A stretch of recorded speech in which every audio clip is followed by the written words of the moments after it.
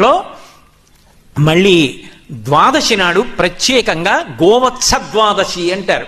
దూడతో ఉన్నటువంటి ఆవుని పూజ చేస్తారు. ఆ రోజున పూజ చేసి చిట్టి గార్లు చిట్టి బూర్లు అంటారు. చిన్న చిన్న గార్లు చిన్న చిన్న బూర్లు వేసి నైవేద్యంగా తీసుకొచ్చి పెడతారు.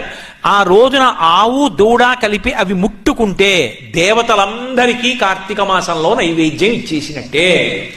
కాబట్టి కృష్ణపక్షంలో వచ్చేటటువంటి ద్వాదశి గోవత్స ద్వాదశి.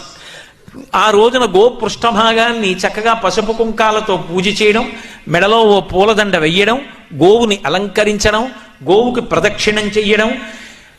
పూజా విధానం తెలిస్తే కల్పంతో చక్కగా ఆ గోపూజ చెయ్యగలగడం. అమరగ్ని అంది వేదం.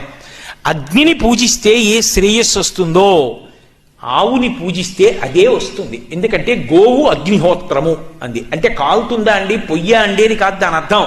అగ్నిని ఆరాధన చేస్తే ఏ శ్రేయస్సు వస్తోందో, ఇంట్లో ఉన్నటువంటి ఒక ఆవు దగ్గరికి వెళ్ళి గ్రాసము అంటే చేత్తో పట్టుకున్నంత గడ్డి తినిపిస్తే ఆ రోజున వాడు అగ్ని కార్యము చేసినట్టే.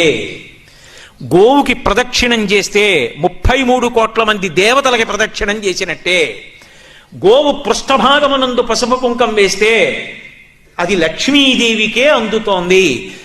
కల్పాలు చెప్తున్నాయి, పీఠాధిపతులు